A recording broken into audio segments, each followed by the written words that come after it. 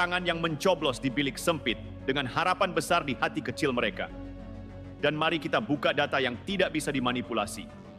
Survei 2023, sebelum Bapak berpasangan dengan Mas Gibran, elektabilitas Bapak mentok di 25%. Itu pun sudah termasuk suara dari pendukung militan Bapak yang konsisten sejak era reformasi.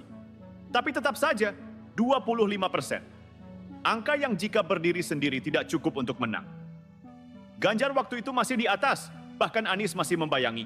Dan suara Jokowi masih menjadi kekuatan dominan di tengah rakyat.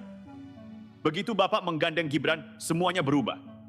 Bukan karena Gibran adalah putra presiden, tapi karena beliau adalah simbol dari kepercayaan rakyat kepada Presiden Jokowi. Kami tahu itu bukan keputusan yang mudah. Banyak elit marah, banyak partai membelot, banyak buzzer membakar amarah, tapi rakyat menyambut, rakyat percaya, rakyat memilih. Dan dari 25%, suara Bapak melejit ke 58%. Itu bukan keajaiban politik. Itu adalah bukti bahwa yang dipilih rakyat bukan hanya Bapak sebagai tokoh, tapi duet Bapak dengan Gibran sebagai simbol keberlanjutan dan harapan.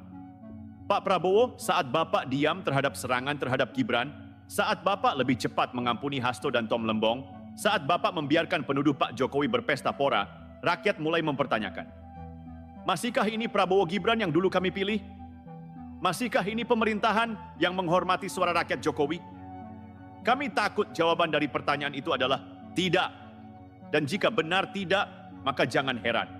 Legitimasi yang Bapak terima dari rakyat bisa perlahan menguap. Karena rakyat tidak menaruh kepercayaan kepada elit yang saling peluk saat lampu padam. Rakyat menaruh kepercayaan pada niat dan keberpihakan. Pak Prabowo, ingatlah, sebelum Gibran, Bapak hanya 25%. Itu fakta. Dan fakta itu harus dipegang teguh jika Bapak ingin menyelamatkan legitimasi politik yang sudah susah payah diraih. Sebab sebelum Gibran, sebelum suara Jokowi mengalir kepada Bapak, suara mayoritas rakyat belum berpihak kepada Bapak.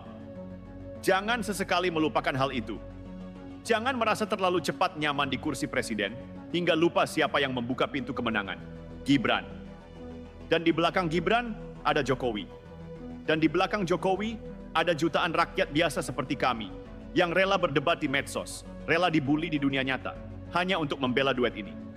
Pak Prabowo, jika Bapak abaikan suara kami hari ini, jika Bapak terus mendengar elit yang mengatur strategi tanpa rasa, jika Bapak pikir kemenangan ini sepenuhnya milik pribadi, maka izinkan kami mengingatkan dengan hormat tapi tajam. Prabowo tanpa Gibran adalah 25%. Prabowo tanpa Jokowi adalah oposan. Prabowo tanpa rakyat adalah kekuasaan tanpa akar.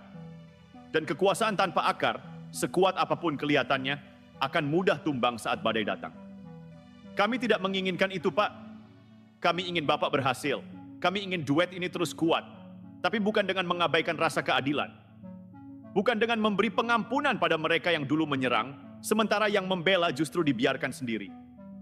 Kami hanya rakyat kecil.